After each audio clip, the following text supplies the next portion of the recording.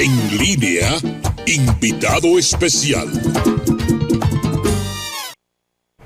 Bueno, continuamos aquí en línea. Ya tenemos a nuestro invitado especial aquí, el doctor Chanel Rosa Chupani, quien es candidato a diputado por la circunscripción número 1 del Distrito Nacional. Bienvenido, doctor. Muchas gracias, buenas tardes. Un placer estar por aquí con ustedes. Gracias, doctor. Yo quisiera, en mi introducción hacia usted, decirle al pueblo que tenemos un invitado de lujo. Sí. Ay, muchas gracias. Y realmente, para todos los que fueron del gobierno del Partido de la Liberación Dominicana, aquí tenemos uno de los funcionarios más exitosos y más accesibles con la gente. Entonces, yo pienso que lo que debemos empezar es, hablando, antes de su candidatura, hablar un poquitito de salud. Claro. Sí. Y decirle al doctor, o preguntarle, nosotros tenemos en República Dominicana en este momento un sistema de salud enfermo. Así es. Doctor, ¿qué hacer para subsanar esta situación que está pasando el sistema de salud? Bueno, de nuevo, muchas gracias a ustedes. La verdad que quizás ese concepto de enfermo que quizás mejor define o sinquizar la situación actual del sistema de salud, porque definitivamente hemos tenido retrocesos importantes. Durante los primeros 2 años, el sector salud un poco tuvo una tregua en cuanto a las críticas, porque ustedes saben que teníamos una epidemia de COVID. Sí. Por lo tanto, todos los esfuerzos estaban destinados a ese tema. Pero una vez superada la epidemia, surgieron, y yo creo que con mucho más énfasis, los problemas tradicionales del sector salud. Ustedes no sé si leyeron esta semana que el año pasado la mortalidad materna volvió a crecer, a aumentar de una forma significativa, lo cual refleja un descuido en ese tema que fue. Ustedes recuerdan que en el año 2019 nuestro país tuvo la más baja tasa de mortalidad materna en los últimos 15 años. Eso, lamentablemente, esos indicadores volvieron de nuevo a aumentar negativamente. El año pasado nosotros estuvimos viviendo una pandemia con el dengue, que en su primer momento el presidente lo negó, pero que 48 horas después tuvo que crear una comisión especial para atender los casos. Esta semana salió en un medio de comunicación que las muertes fueron más del doble de lo que inicialmente se anunciaron. Y hay un informe de una periodista que habla de más de 100 muertos el año pasado. Wow. 135 muertos, lo cual es un récord en toda la historia del país, igualmente con los casos. El deterioro hospitalario también ha sido un tema importante. Y no solamente un deterioro de la planta física, sino sobre todo los servicios de salud, que tiene que ver mucho con la calidad. Y eso pasa, lamentablemente, es un hecho que yo quiero mencionar. Ustedes saben que el gobierno pasado dejó la ciudad sanitaria Luis Eduardo Aibar prácticamente con más de un 90% terminada. Esa plaza, esa unidad hospitalaria, que son varios hospitales. Tiene un hospital quirúrgico, un hospital materno-infantil, tiene un área de consulta, es decir, que es bastante completa. Pero además, y a propósito de los casos que han pasado últimamente, esa ciudad sanitaria tiene toda una planta para comunidades quemadas, que está equipada y con los últimos adelantos tecnológicos. Es importante señalar que sigue cerrada esa unidad de esa ciudad sanitaria, no obstante lo importante que es. Su director actual, el doctor Joaquín Puello, anunció hace algunos meses con preocupación el hecho de que estuviera cerrada. ¿Y por qué? Porque muchos de esos equipos que se compraron están perdiendo ya la garantía, porque no se usan y se deterioran. Entonces, los fabricantes no garantizan un equipo que no está en uso, que está en caja, que no está funcionando. Y la verdad, entonces, que ese es un panorama bastante difícil. Algunos de los hospitales que el gobierno pasado dejó en un proceso de avance no han sido concluidos todavía, o sea, 4 años después, prácticamente 4 años después. Hay una queja permanente del tema de los medicamentos. Ustedes ven el tema de los medicamentos de alto costo, como hay un programa que funcionaba también, como también hay quejas importantes. Entonces, eso un poco describe el panorama del sector salud en estos momentos. Doctor, usted como exdirector del Servicio Nacional de Salud tiene mucha experiencia en esta área y es preocupante ver cómo cada año aquí en la República Dominicana vemos y sabemos que siempre para estas épocas está el brote del dengue. Sin embargo, vemos como ahora en estos días ha aumentado de manera enorme. Sí. ¿Qué está pasando con esta situación de que la prevención es como...? Mira, el año pasado, bueno, este año la OPS ha alertado, lo viene alertando el año pasado, que este va a ser probablemente el año de más casos históricos, la historia del dengue en América Latina. Ayer, afortunadamente, el Ministerio de Salud Pública anunció el inicio de una jornada, yo creo que un poco tarde también. Ahora bien, ¿qué me preocupa a mí de esa jornada? Yo creo que esa jornada no debe ser mucho más inclusiva, o sea, debe incluir sectores. Yo recuerdo que nosotros hacíamos esa jornada, nosotros a quienes primero incorporábamos a los alcaldes, no importa el partido político. Claro. Yo recuerdo que a mí me tocó una zona y yo trabajé con el alcalde del PRM, porque definitivamente la responsabilidad institucional en el territorio le corresponde a él. Entonces eso no vamos a alcanzar resultados satisfactorios si no hacemos una jornada inclusiva, donde incluyamos incluso los partidos políticos, donde incluyamos la junta de vecinos, donde se incluya la ciudadanía en sentido general. Porque el tema de dengue depende también mucho de la actitud individual, personal, de los ciudadanos y ciudadanas, y por lo tanto la gente tiene que sentirse incluida.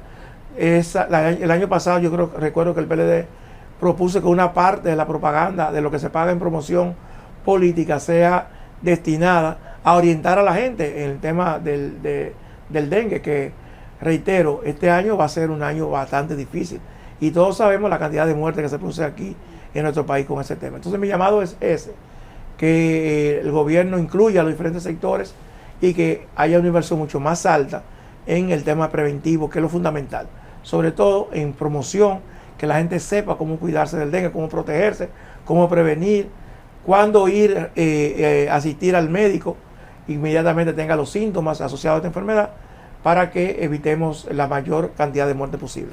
¿Cómo estamos? No sigue, Joanny, dale. Yo sé que Tony está ansioso por entrar a la política, pero todavía. ¿Cómo estamos en la República Dominicana con el tema de la salud preventiva? Es bajísimo, o sea, nosotros somos los países que tienen una debilidad importante en el tema preventivo. Ustedes saben que nosotros tenemos todavía un sistema de atención primaria en la seguridad social. Eso es uno de los grandes desafíos que tiene el país. Y nosotros, mira, el otro día el señor presidente hablaba de un tema que yo podría extrapolarlo a otros temas, a otra área de salud. Él hablaba de construir 4 o 5 centros de atención para traumatología, en casos sobre todo de accidentes de tránsito, que también es una epidemia en nuestro país. Y yo pensaba, es importante eso. Eso tiene dos elementos. Primero, tú no vas a encontrar personal especializado que se vaya al sur profundo, por ejemplo, o a la línea a tratar para atender esos hospitales. Eso es lo primero. Y segundo, el tema fundamental, el tema preventivo. O sea, porque controlamos más hospitales. Nosotros tenemos un hospital en este país hace algunos años. ¿Cuál era? El hospital Darío Contreras. Sí. Tenemos el Juan Bosch, tenemos el Ney Arias Lora. Sin embargo, eso no ha significado ni que la muerte descienda, ni que tengamos menos casos de accidentes, de lesionados por accidentes de tránsito. Lo que importa es el tema preventivo, el cumplimiento de la ley de tránsito, que yo creo que es fundamental, establecer los puntos, que la gente sienta que pueda perder su licencia si sigue manejando, con los motoristas, que representan el 76% de los accidentes de tránsito en el país. Yo creo también hay que hacer una campaña bastante educativa, con bastante énfasis en el tema preventivo. Y ese es el tema, o sea, no solamente, miren, contrario a lo que la gente piensa, en este país, el 50% de las cámaras hospitalarias permanecen vacías durante el año.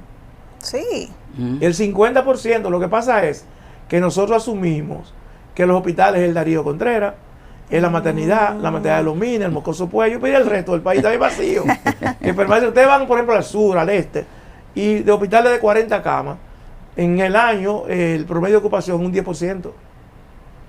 Así es. Doctor, ser justo lo primero, si queréis ser felices, decía Juan Pablo Duarte. Este gobierno se ha ufanado en querer tener como logro lo que fue el manejo de la pandemia. Pero ¿qué pasa? Yo que le di seguimiento a ese asunto, siendo usted director del SNS, recuerdo perfectamente. y el presidente Danilo Medina, también yo decía de, ¿cómo se llamaba el ministro? Rafael Sánchez Cárdenas. Para mí, los grandes héroes de esa batalla contra el COVID fueron ustedes. Usted me da la opinión suya, pero antes quiero decirle lo siguiente. Después del COVID, aquí ha habido una situación, digamos, de salud mental, que no le veo la prevención. Y eso ha llevado a que tenemos una población que con frecuencia estamos viendo los tantos suicidios y las tantas cosas. Depresiones. Hábleme de esas dos cosas. Sí, mira, yo el otro día escuché al doctor Plutarco Arias, que fue el primer ministro de salud de este gobierno, con una entrevista donde él era muy justo y muy juicioso. Él decía, hablaba precisamente de eso. Mira, él decía, nosotros fuimos injustos con el gobierno pasado. De hecho, el 30 de este mes, él pone un libro de circulación sobre el tema del COVID y me invitó, le agradezco. Porque cuando llegó el COVID aquí no había vacuna, aquí no había información, al contrario, había desinformación. Ustedes recuerdan que funcionarios actuales del gobierno y que en ese momento eran dirigentes del partido del PRM, hablaban de que era un tema electoral, que no había COVID, que no había, en el país no había ningún tipo de COVID. Eso lamentablemente hizo que la gente bajara la guardia y nos complicó bastante la situación. Había lugares donde la gente no quería que se le llevara camas, porque decía que eso no iba a llegar a sus comunidades. En Boichí, un hospital con 100 camas, así es. Hubo que llevarlo 2 veces, hubo que llevar las camas, porque la gente no entendía.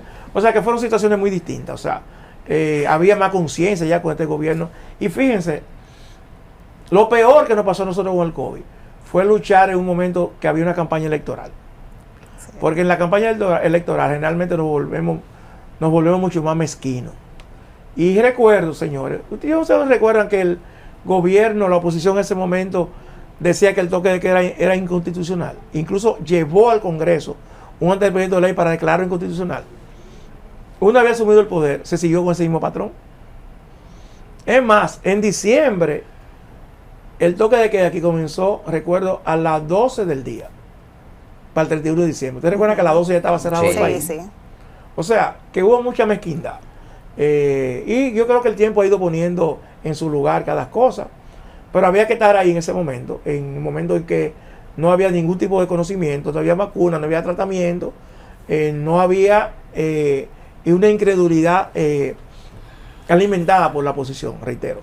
Con el tema de salud mental es cierto, yo creo que nosotros, señores, el país, el mundo tuvo un encierro de muchos años, de muchos meses, y eso lamentablemente ha incidido en el aumento de las enfermedades de salud mental. Mira, el gobierno pasado desarrolló una estrategia de salud mental que fue muy alabado por la OMS y la OPS. ¿Qué consistió? La gente dice, bueno, cerraron el manicomio. Ya los manicomios no se usan en temas de salud mental. No fue que primero no se cerró, se creó un centro psicosocial donde se humanizó lo que antes era el 28, porque no podíamos tener gente, no tener personas encerradas en un cuarto 6 meses, porque eso no cura nada. Se crearon las unidades de atención en crisis en 12 hospitales, que son áreas dentro de los hospitales especializadas para atender personas que requieran un tipo de ingreso en el tema de salud mental. Lamentablemente ese gobierno no ha continuado esa práctica, que incluso fue muy elogiada en su momento, tengo que decirlo, por el actual director de salud mental del Ministerio de Salud Pública. Él elogió ese modelo, pero lamentablemente no ha seguido. Parece que no ha tenido los recursos, no ha habido un tema, porque había aquí, miren, yo siempre le decía a los equipos de trabajo, yo le decía, miren, el pasado solo sirve para no repetir los errores o para ver las cosas positivas que se hicieron. No compitan con el pasado. Este gobierno compite demasiado con el pasado. Competir con el pasado lo puede llevar a uno a ser mezquino, porque tú quieres, como tú compites con el pasado, tú a veces quieres suprimir los logros, tú a veces quieres disminuir los resultados. ¿Para qué? Para tú resaltar. Nosotros tuvimos, yo no sé si está funcionando, un CAI, un centro de atención a la discapacidad, en Santo Domingo Ay. Este. Cerrado 3 años en este gobierno. Pero uno solo no se ha comenzado por el resto del país. Tenemos San Juan, tenemos estos 2 en Santo Domingo y tenemos uno en Santiago. Y así puedo decir muchísimas otras cosas. Entonces, yo creo que ese adanismo, como se le llama, es decir, que todo se ha hecho por primera vez. El adanismo viene de Adán, o sea que lo primero, por primera vez en la historia. Ustedes recuerdan, señores, que aquí se dijo que era por primera vez se daba medicamentos a los hipertensos y los diabéticos. Sí, sí, se decía bastante. O sea, es un tema, y los mismos médicos del PRM escribían en las redes sociales, señores, cuando yo era pasante, eso es lo que yo hacía, hace 10 años, hace 8 años, llevarle los medicamentos a los pacientes hipertensos y diabéticos, o sea, eso no es nuevo, entonces, pero eso pasa. Eso era parte de un programa, ¿no? Pero por supuesto, Claro. sí, pero por supuesto. Eso pasa cuando tú quieres competir con el pasado. Doctor, no quiero que se termine el tiempo sin que hablemos de su candidatura Sí, a claro, diputado claro. por la circunscripción Sí. número 1 del Distrito Nacional. Así es. Cuéntenos un poquito Sí. de este Mira, lo primero interesante que quiero proyecto. aclarar, porque siempre me dicen que la circunscripción número 1 del distrito comprende todos los barrios y sectores que van desde la avenida El Luperón hacia el oeste, hacia el sur, todo el malecón, hasta la zona colonial, incluyéndose la nueva zona colonial, sube San Carlos y toda la San Martín, la avenida Kennedy, hasta de nuevo la Luperón. O sea, esos barrios, lo que se llama perímetro central y demás barrios son los que comprende la circunscripción. Nosotros estamos compitiendo por esa circunscripción, por el Partido de la Liberación Dominicana. Lo primero que yo, la verdad, yo me siento muy agradecido de tanta gente, no solamente del PLD, gente de otros partidos o gente que no tiene afinidad al partido, que me llama, que me escribe, que me saluda en los supermercados, que me saluda en los barrios y que dice y muestra su simpatía por mi candidatura. Entonces, en ese sentido, nosotros estamos visitando todos los sectores y los barrios de la circunscripción, hablando con la gente, pero sobre todo escuchando a la gente, porque yo creo que la gente también hay que escucharla. Es una circunscripción que, como ustedes saben, el 66% es clase media alta. Sí. Lo cual es importante porque la hace menos vulnerable a la politiquería, a la demagogia, al clientelismo. Y eso es importante, porque yo creo que es una clase media, una circunscripción que escucha. Y yo veo candidatos que están compitiendo, que su publicidad es casi yo diría que ese exceso de publicidad es una afrenta a la política y a la misma circunscripción. Lo que estoy diciendo, mira, como yo no tengo más que exhibir, como yo en la vida no he hecho nada, aquí está mi publicidad, aquí está mi rostro. Sí, doctor, pero usted realmente tiene un reto súper grande porque muchas personas cuentan con su admiración por el tema de que usted es un gran especialista de la salud y un gran conocedor. La salud no tiene clase social, no tiene religión, no tiene sexo, no tiene nada. Sin embargo, todos tenemos que acudir a este beneficio de la salud. ¿Algún proyecto de ley que usted tenga en mente para poder...? Hay varios proyectos. Lo primero, yo siempre he dicho en estos días que he ido a tantos medios, el próximo Congreso va a tener retos importantes, porque es el Congreso que debe conocer probablemente una reforma fiscal, una modificación a la Constitución, otra, una reforma a la Ley de Seguridad Social, Código Penal, Ley de Agua, una reforma al Código Laboral. Es decir, hay un paquete de reformas que ya no esperan más. Y a la hora de elegir, tenemos que tener conciencia de que vamos a elegir gente que por lo menos lean lo que se va a presentar ahí, que tengan un poco de conocimiento, que tengan un poco de experiencia en ese tema. En ese sentido, nosotros tenemos varios proyectos que están naturalmente vinculados al tema de salud y seguridad social. Uno de ellos, que yo considero más importante, tiene que ver con un tema que nosotros tradicionalmente hemos descuidado en el país, que yo le llamo, o se le llama sistema de cuidado. ¿Qué es un sistema de cuidado? Miren, yo visitando los barrios me he dado cuenta, he contactado, yo lo sabía ya, que hay mucha gente que no se incorpora al mercado laboral porque tiene que quedarse en la casa cuidando a alguien de su familia que está enfermo, que está encamado, que tiene mayoría de edad, que tiene una discapacidad severa. Esa gente que se queda en su casa, 74% son mujeres. Y el Estado dominicano no tiene ningún mecanismo de ir en auxilio a esa persona. Que se enferman, porque el trabajo de cuidar a una gente no es fácil. Que sufren temas de salud mental, pero además no reciben ningún tipo de ingresos porque no están en el mercado laboral. Una propuesta nuestra es crear una ley, como se le llama, una ley de cuidado. ¿Qué significa eso? Cuidar al cuidador, como se le llama en otros países. Cada uno de nosotros conocemos a alguien en Estados Unidos que tú le preguntas, ¿a qué tú te dedicas? No, el Estado norteamericano me paga para que yo cuide a mi papá. En vez de una persona extraña, le paga a esa persona para que cuide a su papá. Claro. Excelente. En este país nosotros no tenemos una ley de cuidado. Y una propuesta que no tenemos en ese sentido es establecer en nuestro país una ley de cuidado.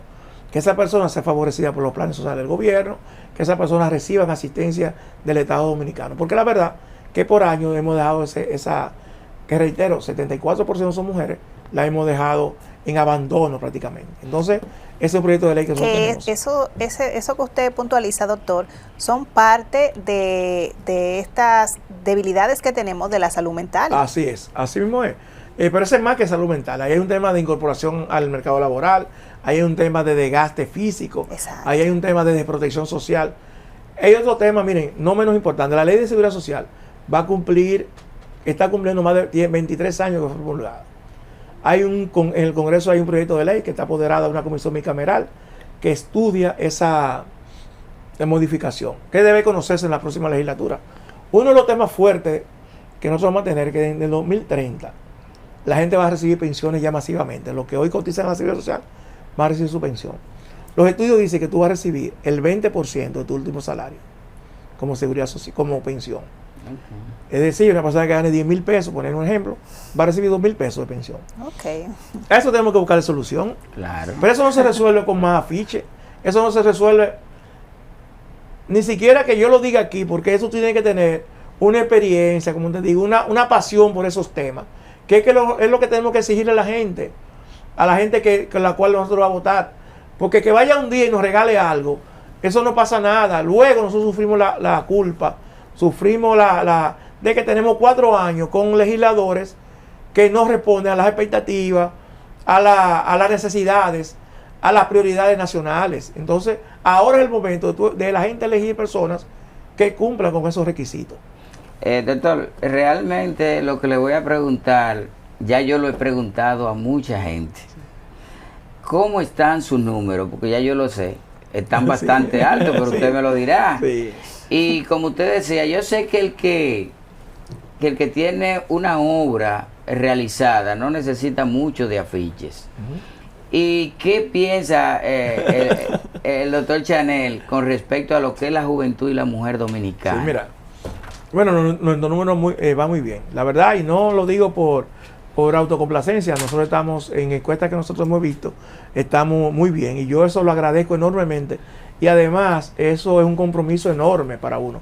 No solamente agradecimiento, porque, reitero, uno está siendo apoyado por gente de todo el espectro político y gente independiente. Y eso no hay forma de que uno no lo agradezca y que uno se sienta comprometido.